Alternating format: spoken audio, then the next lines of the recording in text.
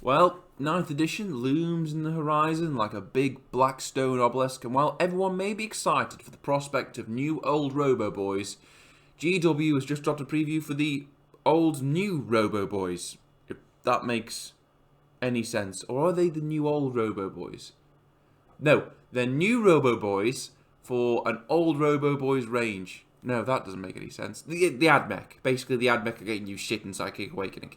And, you know, the entire narrative of Psychic Awakening is marching ever forward and will probably accumulate in some great big explosion of gore and violence just before 9th edition. And it's going to be fun to find out. But right now, there's a Forge World. Demons are there making life shit for everybody. Or shitter.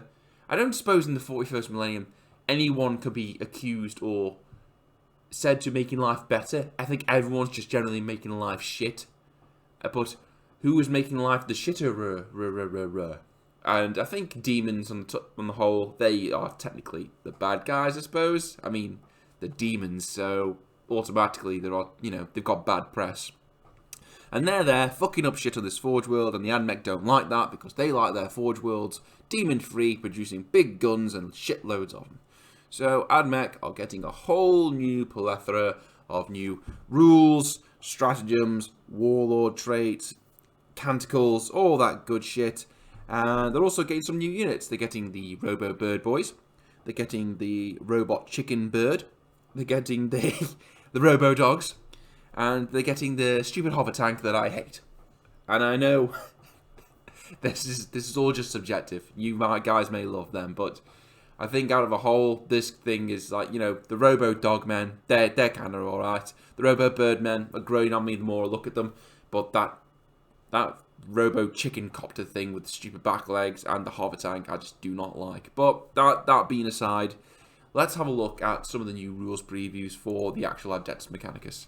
Now, in this one, it looks like you'll be able to, obviously, forge your own Forge World. Forge your own Forge World? Boy. No, you'll be able to obviously create your own Forge World where your army can hail from, much in the same vein as every other army so far in Psychic Awakening. You can get your own Hive Fleet, you can get your own Craft World, all that jazz. And you can get custom builds and custom rules. And it looks like you can have a primary one and a secondary one. So, these are just examples of buffs that you can grant yourself if you create your own Forge World. The ones they've given are Radiant Disciples. When resolving an attack made with a ranged weapon against infantry unit that with this dogma that is not within 12, subtract 1 from the strength characteristic of weapon for that attack. So, good. Already your infantry guys are going to be weathering, well, most infantry fire a lot better. Most bolt weapons will go down to strength 3. Auto gunfire will go down to strength 2. Which just makes it, that's obviously a range. The closer you get, the less effective this is going to be. Obviously, the second you get within 12, you're going to be on full fat firepower again. But, for survivability, this is a good option. And if you compare that with the secondary one that they've got here, Omnissiah Shield, when resolving an attack made with a wheelie? When resolving an attack made with a wheelie weapon. Oh, a wheelie weapon. No, a melee weapon against an infantry. With this dogma, reduces the arm penetration of characteristic of that weapon by 1 for the attack to a minimum of 0. So, obviously, you've got your Radiant Disciples for keeping your boys alive at long range, and you've got your Omnissiah Shield for keeping your boys alive at close range when you're getting hit with hammers, knives, claws, acid, all the stuff that's prevalent in the 41st millennium. Probably sharp sticks, I'd imagine. Kroot, they have sharp sticks. Canticles. Canticles are a thing, and here is an example of 2 more canticles that you could have option to. One for Mars. Panegyric Precision. I think that's how you say it. The Tech Priest of the Red Planet lead the disciples in a cortege of war. The bulls and static palms, chanted in synchronicity, unites all in the stately eradication of the heretic and the blasphemer. Models in the affected units do not suffer penalty for moving and firing heavy weapons to increase the strength characteristic of heavy weapons models in the affected unit by 1. So that's good. Your biggest strength, Admech, is you can bring some decent firepower. Shooting will always beat melee just because it just requires less to be effective. Shooting, you just pull your trigger. immediately you have to run there and get in your enemy's face. So it's always going to have the advantage. And Admech being a little bit gunliney as they are, being able to move and fire heavy weapons, stronger heavy weapons, is always a bonus. Now, if you're going Steeges, you've got this one, Plea of the Veiled Hunter. In silent supplication of the machine guard, a concentrated burst of noospheric nitrogen manifests as a heavy band of shadow, allowing the warriors of the Steeges to disengage seamlessly from their foe and instantly strike back. Affected units can shoot in the turn which they fell back, but if a unit does so, when resolving an attack made with a ranged weapon in that by model in that unit, subtract 1 from the hit roll. Basically, this goes back to some of the weaknesses of the Admech and the Skitarii. If they get charged and locked down to combat, they're not obviously optimizing their strength, which is so they've got decent firepower. However, being able to fall back and shoot, even with the -1 to hit, is still decent. I don't know if you'll be able to combo that with anything that gives you the +1 to hit for a phase of the game or a round of the game, which could technically negate this, but I don't know. Having the strategic flexibility to be able to withdraw and still engage is always good. Speaking as a Kraken player, anything that allows you to pull out from combat and technically either re-engage the same target you were in combat with, or ideally pick another weaker target for any attacks. It's kind of tactical. That kind of tactical flexibility is always handy in any situation. Holy Order Warlord traits. So we got Divinations of the Magus, or Magus, however you want to play it. The Magi are masters of fiercely guarded knowledge, pursuing aesthetic agendas to enhance their specialisms at all costs. No risk is too great and no gambit too unwise in their ceaseless and predatory acquisition of ancient lore. At the start of your turn, you can select one of the aura abilities below. Until the start of your next turn, this warlord is treated as having that aura ability on their datasheet. So this is basically giving your warlord access to these 3 auras. Overload safeguards.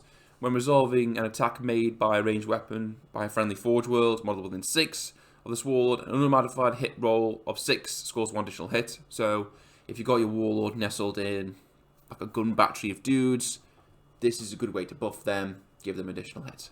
Aggressive subroutines. You can reroll charge rolls made by all friendly Forge World units when they were in 6 this warlord. So if your warlord is now in a bunch of dudes that want to get in the fight and you want to get that charge off, boom, aggressive subroutines. Predatory programming. When a friendly Forge World unit within 6 of this warlord advances, roll 1 additional d6 and discard 1 die, swear, and make it an advance roll. More flexibility in movement, I suppose. I suppose this particular warlord trait is just giving you the flexibility to have your warlord do what you particularly want him to do. Overloaded safeguards, I'd say probably the strongest, because it plays in with the strength of the Admech in general, just being a gunline army. And if you're placing your mages in the back line with a bunch of heavy firepower that you want to just maximise, then that's probably the best one. I wouldn't put aggressive subroutines on there, just because I don't know if you can kit out a magus to be a sort of beast in close combat, but it just seems that any of these kind of rules where you can like reroll charge rolls of friendly of like units within a certain radius around you. Fair enough. If you, let's say, if you had a group of Rust Stalkers and your Warlord, you might get those Rust Stalkers in there, but then you sort of might be leaving your Warlord like hanging in the wind, like exposed. But it depends how you play it. Flexibility is there, but I know overloaded safeguards is probably the way most people would obviously play that. And we've got access to new stratagems, because of course we have. For 1 command point, we can get electro-filament countermeasures. Use the stratagem at the end of your movement phase. Select 1 aerochopter, probably saying that wrong, unit equipped with a command uplink from your army. Until the start of your next turn, any models with aura abilities have no effect within 6 inches of this unit. Now, does that mean it turns off the aura, or does that mean everything within 6 inches of that unit is immune to those aura abilities? No, it clearly says in the blurb of that shut down your aura ability, so that's good. Auras play a big part in the current 40k meta. Being able to overlap auras and buff up guys. I know G-Steel Cult have access to a lot of decent auras, and if you can shut even a few of them down, even one of them down, for one command point, it could really, really fuck up your opponent's plan. So for one command point, and you've got it on a flyer, which is quick moving, even if it does look ridiculous. Sorry. Even like on a flyer, so you could place that, one command point, boom, shut down an aura that could potentially be devastating. For example, I can't remember it off the top of my head. There's a Necron one for destroyers. I think it's called Destroyer Protocols or something like that, where basically they reroll shitloads of dice for the shooting. If you could shut that down, you're instantly gimping or powering down a unit that could otherwise be deadly. For another command point, you've got Steel Rain Fusillade. Unleashing a storm of needle-like projectiles, the Skystalkers keep their enemy suppressed with unceasing hails of fire. Use this stratagem in your shooting phase when a Patraxi Skystalkers unit from your army is chosen to shoot. Select one enemy unit that is not Titanic until the end of the phase when resolving an attack made by a model in the Patraxi Skystalkers unit against the selected unit. If a hit is scored and the target is suppressed until the start of your next turn. When resolving an attack made with a ranged weapon by the model in the suppressed unit, subtract 1 from the hit roll. This is basically the same as my Gargoyle's sort of blinding venom.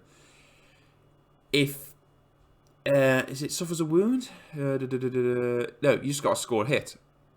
So hit something, then they get -1 to their hit roll. Again, it's a good way of debuffing or sort of gimping potentially decent shooting unit. And it seems as though your Skitarii your Patraxi Skystalkers will probably have the ability to deep strike and move quite fast. They will be quite handy in obviously moving around, shutting down potential threats shooting wise. I know with their weaponry, which is essentially flamers on one side, they're going to get this off for one command point, and for one command point, -1 for the hit roll is pretty decent. Obviously, it won't work against things like Dark Reapers, but you know, other potential like hard shooting units, Hive Guard, things like that. This is a good stratagem to use. Again, it's not so much buffing your firepower, but it is helping you to keep your other boys alive. So, which is good. Then we're moving on to the Cerberus Cavalry. Now, these models look pretty decent, in keeping with the existing range, I think. Now, the Adeptus, these guys, it looks like these are going to be your melee units that you want to be getting in close combat or getting close. So they've got pistoliers. You can choose to fire pistol weapons in this unit, even if they're advanced, which is pretty good. You want to get these guys in combat or close to combat, them having pistols, and I think their robo dogs do pretty decent damage anyway. And you know, you're going to be advancing, so you can still shoot. Now, the other half of these guys, the Raiders, I think they're going to be your snipers, judging from that blurb and this particular snippet here. The Eye of the Cerberus. Ranged weapons models in this unit are equipped with can target character unit, even if it's not the closest enemy unit. In addition, when resolving an attack made by a ranged weapon by a model in this unit, wound of 6+, inflicts 1 mortal wound on the target in addition to any other damage. Basically giving them all sniper, which is good. Sniper's good, taking out characters is also good. Always handy, very, very good. Lots of tactical flexibility there. And these guys are going to be, again, semi-fast moving, sort of like Outrider Scouts, which does fall into their particular remit. So the other boys, the Sulphur Hounds, they're going to be getting in close, shoot, shoot, bang, bang, chompy, chompy, chomp. And these guys, the Raiders, are going to be running around, pinging off your enemies' characters. Particularly if they've got sort of like weak characters, like your Imperial Guard or your G-Steel Cult, things that are going to be susceptible to sort of like infantry level firepower, which is what these guys are going to be armed with. Right, the Archer Chopters. Command uplink. If this model has command uplink, obviously going to be war gear for these flyers. Friendly forgeable units can use this model's leadership instead of their own whilst they're within 6 of this model. So you fly in with your Archer Chopter, or whatever it is. You drop your boys down, and if they get hit by firepower, you can use this dude's leadership. I don't think Admech have great leadership anyway, So this could potentially be pretty good. Pretty good. Very situational. Your dudes might get destroyed. You might still fail your leadership anyway, but it could be beneficial. We don't know yet until we get the full picture of what the stats are on everybody involved, including this chopper. Chaff launcher. When resolving an attack made with a ranged weapon against a model with a chaff launcher, reduce the damage or characteristic of that weapon by 1 to a minimum of 1 for that attack. So they're going to have hard to hit anyway. So they've got hard to hit, which is -1 to hit, and then -1 damage. You know, it's handy to have. It's not bad. I mean, I'm assuming that these guys are going to be drawing quite a lot of firepower if people shut them down. So that -1 damage might just keep them alive. It might not. And that's it. That's all for the preview. From what I've seen, I think the stratagems are the most interesting. Both pretty cheap at 1 command point. Well, as cheap as you can get, really, at 1 command point. And I think they have a lot of tactical flexibility. I like the rules on the robo-dogs. I like the fact that they can still shoot the pistols, even if they advanced, which is inclusive to one of them getting into close combat. And the other one, being able to snipe characters, is really good. Yeah, I mean, it'd be interesting to see the lore advance in Engine War and how it ties in with the rest of the expanding narrative of Psychic Awakening. But as far as previews goes, this one is pretty decent. I mean, I may not be a fan of the majority of the new models, but Admech players, have at it, go nuts.